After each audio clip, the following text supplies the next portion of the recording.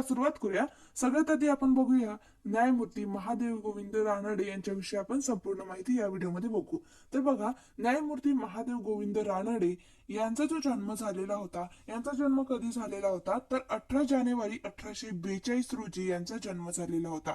ठीक आहे, हे तुम्ही लक्षातच ठेवायचे. ही जी तारीख आहे 18 जानेवारी 1842 मध्ये न्यायमूर्ती महादेव गोविंद रानडे यांचा जन्म झालेला होता.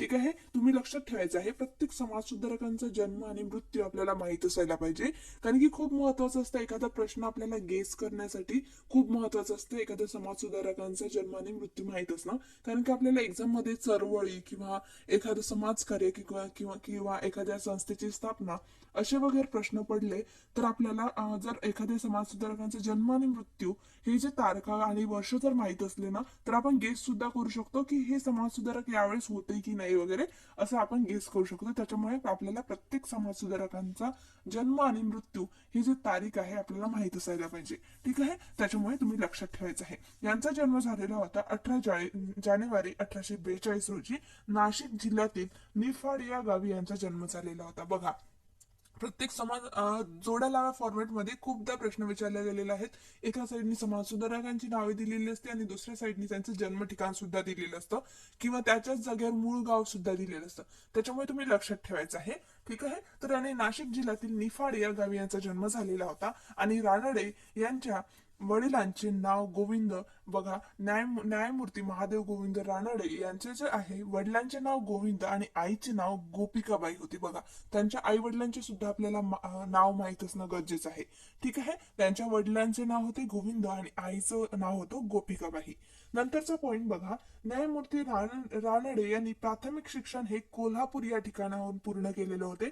बघा, आपल्याला माहित असायला हवे की रानडे यांनी प्राथमिक शिक्षण हे कोल्हापूर या ठिकाणावर पूर्ण केले आणि पुढील शिक्षणासाठी ते 1856 मध्ये मुंबईतील एल्फिस्टन कॉलेजमध्ये गेलेले होते. ठीक आहे, जे प्राथमिक शिक्षण आहे ते कोल्हापूरमध्ये आणि पुढचं जे शिक्षण आहे प्राथमिक नंतर ते एल्फिस्टन कॉलेजमध्ये यांनी पूर्ण केलेले होते. ठीक आहे, हे तुम्ही लक्षात घ्यायचं आहे. आपल्याला वर्ष सुद्धा जर तुम्हाला जमेल तर वर्ष सुद्धा लक्षात ठेवण्याचा प्रयत्न करा, कारण की वर्ष सुद्धा महत्वाचं असतं. वर्षांवर सुद्धा इतिहासातले जे प्रश्न आहे ते वर्ष त्याच्यामध्ये खूप महत्वाचं असतं, कारण की आपल्याला वर्षावर सुद्धा प्रश्न विचारले जातात. त्याच्यामुळे तुम्ही लक्षात ठेवायचं आहे.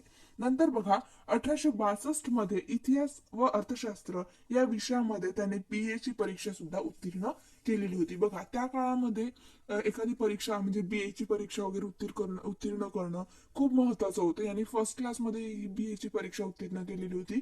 खूप महत्वाचं होतं. त्यांनी त्यावेळेस जेव्हा तुम्हाला 800-1000 असे विद्यार्थी असेल त्याच्यामध्ये 4 ते 5 10 विद्यार्थी पास होत होते. त्याच्यामुळे तेव्हा खूप कठीण अभ्यासक्रम होता आणि खूप महत्वाचं होतं एखादी डिग्री किंवा पदवी मिळवणं. ठीक आहे, त्याच्यामुळे तुम्ही लक्षात ठेवायचं आहे. न्यायमूर्ती महादेव गोविंद रानडे यांनी 1862 मध्ये इतिहास व अर्थशास्त्र या विषयामध्ये BA ची परीक्षा उत्तीर्ण केलेली होती. ठीक आहे, हे तुम्ही लक्षात घ्यायचं आहे. नंतरचा पॉइंट बघा, 1862 याच वर्षी इंदू प्रकाश या वृत्तमानपत्राचे संपादक पद न्यायमूर्ती रानडे यांच्याकडे आलेले होते. बघा, जे वृत्तमानपत्र होतं त्या वृत्तमानपत्राचं नाव होतं इंदू प्रकाश. तर इंदू प्रकाश या वृत्तमानपत्राचे संपादक पद जे आहे, संपादक म्हणून न्यायमूर्ती रानडे यांनी संपादक केलेले होते. ठीक आहे, हे तुम्ही लक्षात घ्यायचं आहे. नंतरचा पॉइंट बघा, 1865 मध्ये न्यायमूर्ती महादेव गोविंद रानडे यांनी विधवा विवाह उत्तेजक मंडळी नावाची संस्था स्थापन केलेली होती.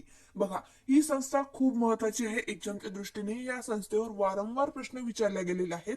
त्याच्यामुळे हा जो पॉइंट आहे तुम्ही लक्षातच ठेवायचा आहे. 1865, बघा, हे वर्ष तुम्ही लक्षात ठेवायचं आहे.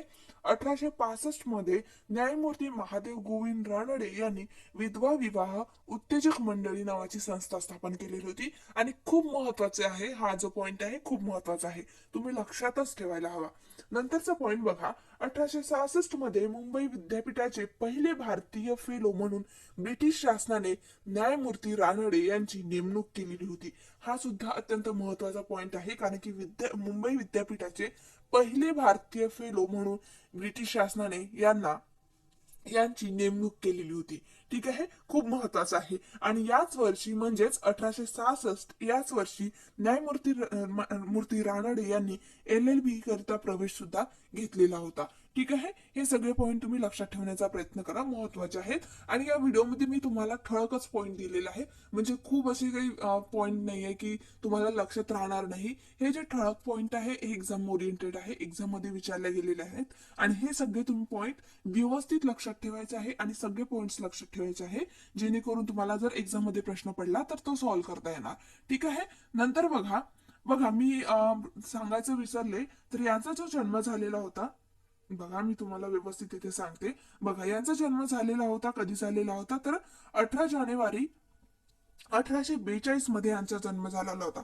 जसं मी आता बघितलेलं आहे की स्लाइड मध्ये यांचा मृत्यू जे आहे ते इथे लिहिलेला नाहीये, तर मी यांचा मृत्यू सुद्धा सांगून देते. तर न्यायमूर्ती महादेव गोविंद रानडे यांचा जो मृत्यू झालेला होता तो झालेला होता 16 जानेवारी 1901 मध्ये पुणे या ठिकाणी यांचा मृत्यू झालेला होता, म्हणजेच निधन झालेलं होतं. 16 जानेवारी 1901 पुणे या ठिकाणी यांचं निधन झालेलं होतं.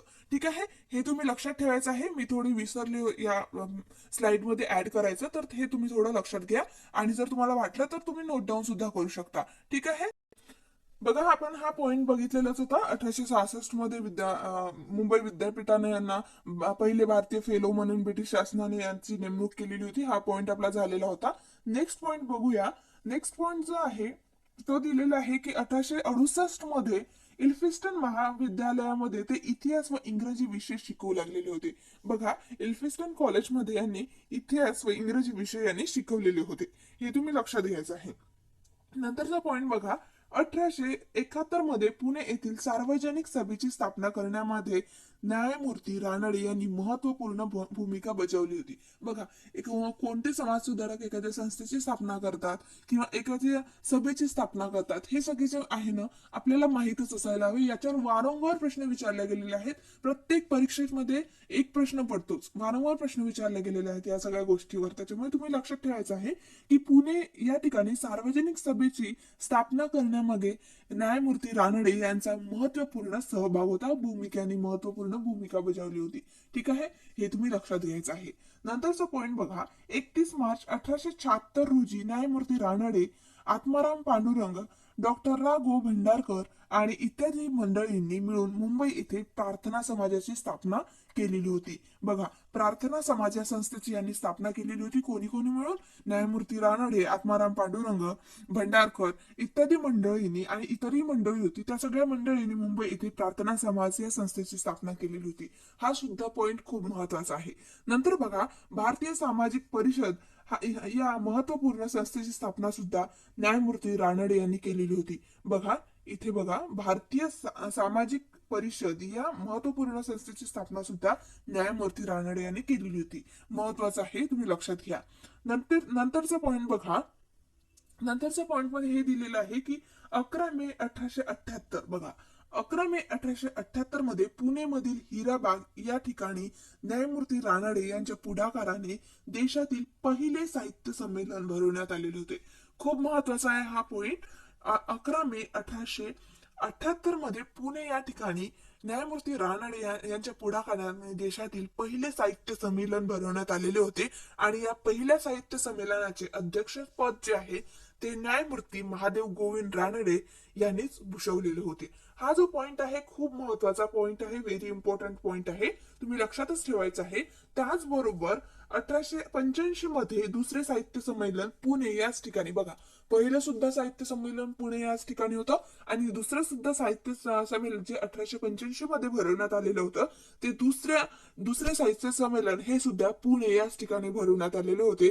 व मे 1905 मध्ये तिसरे साहित्य संमेलन सातारा या ठिकाणी भरवण्यात आलेले होते. हे जे तिन्ही साहित्य संमेलन आहे महत्वाचे आहे. जे पहिले दोन आहे ते पुणे या ठिकाणी आणि जे तिसरं आहे ते सातारा या ठिकाणी, हे तुम्ही लक्षात घ्यायचं आहे. आणि तिसऱ्या साहित्य संमेलनाचे अध्यक्षपद हे र गो करंदीकर यांनी भूषवले होते. करंदीकरांनी या तिसऱ्या साहित्य संमेलनाचे अध्यक्षपद भूषवलेले होते. ही सगळी जी माहिती आहे ही तुम्ही लक्षात ठेवायची आहे. हे जे साहित्य संमेलन आहे हे खूप महत्वाचं आहे एक्झामच्या दृष्टीने, त्याच्यामुळे तुम्ही लक्षात घ्या. नंतरचा पॉइंट बघा, 1885 मध्ये ब्रिटिश शासनाने न्यायमूर्ती रानडे यांना मुंबई यांना कायदे काउन्सिलवर कायद्याचे सल्लेगार म्हणून यांची नेमणूक करण्यात आलेली होती, नियुक्ती करण्यात आलेली होती. आणि 1885 मध्ये राष्ट्रीय सभेच्या स्थापनेमध्येही त्यांनी महत्वपूर्ण भूमिका बजावली होती. महत्वाचं आहे बघा काय दिलेलं आहे ते, काय म्हटलेलं आहे की 1885 मध्ये ब्रिटिश शासनाने न्यायमूर्ती रानडे यांना मुंबई कायदे काउन्सिलवर कायद्याचे सल्लागार म्हणून नियुक्त केलेले होते. आणि त्याचबरोबर 1885 मध्ये राष्ट्रसभेच्या स्थापनेमध्ये ही त्यांनी महत्वपूर्ण भूमिका बजावलेली होती. ठीक आहे, महत्वाचं आहे. नंतरचा पॉइंट बघा, 1885 मध्ये त्यांनी सामाजिक परिषदेचे अध्यक्षपद भूषवलेले होते. बघा महत्वाचं आहे, बघा सामाजिक परिषदेचे अध्यक्षपद यांनी भूषवलेले होते. आणि 1890 मध्ये त्यांनी औद्योगिक परिषदेचे अध्यक्षपद सुद्धा भूषवलेले होते. सामाजिक परिषदेचे आणि औद्योगिक परिषदेचे या दोन्ही परिषदेचे अध्यक्षपद जे आहे न्यायमूर्ती रानडे यांनी भूषवलेले होते. आणि त्यांना हिंदी अर्थशास्त्राचे जनक म्हणून सुद्धा ओळखले जात होते. महत्वाचं आहे, न्यायमूर्ती रानडे यांना हिंदी अर्थशास्त्राचे जनक म्हणून ओळखले जात होते. सगळे जे पॉइंट्स आहे हे महत्वाचे आहे. नंतर बघा, भारताच्या स्वातंत्र्यपूर्व काळातील मवाळवादी विचारसरणीचे प्रमुख नेते म्हणून न्यायमूर्ती रानडे यांना ओळखले जात होते. ठीक आहे, मवाळवादी विचारसरणीचे नेते म्हणून यांना ओळखले जात होते. ठीक आहे, नंतरचा पॉइंट बघूया आपण. नंतरचा पॉइंट असा दिलेला आहे की 11 मे 1878 मध्ये पुणे येथील हा बरोबर रिपीट झालेली आहे. ही बघा, ही जी स्लाइड आहे ना रिपीट झालेली आहे मला वाटते. ठीक आहे, बघा नंतरचा पॉइंट बघा, देशामध्ये विविध न्यायालयामध्ये न्यायमूर्ती रानडे यांनी न्यायाधीश म्हणून सुद्धा काम केलेले होते. ठीक आहे, म्हणून यांना न्यायमूर्ती म्हटलं जाते आणि विविध न्यायालयामध्ये न्यायाधीश म्हणून सुद्धा काम केलेले होते. नंतरचा पॉइंट बघा, 1893 मध्ये ब्रिटिश शासनाने न्यायमूर्ती रानडे यांची मुंबई उच्च न्यायालयाचे उच्च न्यायाधीश म्हणून सुद्धा नेमणूक केलेली होती. बघा खूप महत्वाचं आहे, यांचे जे पद आहे खूप महत्वाचे पद आहे, त्याच्यामुळे तुम्ही लक्षातच ठेवायचे आहे. ठीक आहे, मुंबई उच्च न्यायालयाचे उच्च न्यायाधीश म्हणून सुद्धा यांची नेमणूक झालेली होती. त्याचबरोबर त्यांनी पुणे येथील नेटिव्ह जनरल लायब्ररीची स्थापना सुद्धा केलेली होती. नेटिव्ह जनरल लायब्ररीची जी स्थापना आहे ही यांनीच केलेली होती. आणि न्यायमूर्ती रानडे यांनी पुणे येथील वसंत व्याख्यानमालाचे आयोजन सुद्धा या ठिकाणी केलेले होते. कोणत्या ठिकाणी, तर पुणे या ठिकाणी. नंतरचा पॉइंट बघा, न्यायमूर्ती रानडे यांनी the rise of Maratha power हा महत्वपूर्ण ग्रंथ सुद्धा लिहिलेला आहे. आणि त्याचबरोबर as in Indian economics by M.G. Ranade हा अर्थशास्त्र विषयक ग्रंथही यांनी लिहिलेला होता. कोणी, तर न्यायमूर्ती महादेव गोविंद रानडे यांनी. ठीक आहे, हे तुम्ही लक्षात घेण्याचा प्रयत्न करा. नंतर बघा, 1896 साली न्यायमूर्ती रानडे यांनी पुण्यात डेक्कन सभा ही मवाळवाद्यांची संघटना सुद्धा स्थापन केलेली होती. कधी, तर 1896 साली न्यायमूर्ती रानडे यांनी पुण्यामध्ये डेक्कन सभा ही मवाळवाद्यांची संघटना सुद्धा स्थापन केली होती. याच्यावर सुद्धा आपल्याला एक्झाम मध्ये प्रश्न पडतील.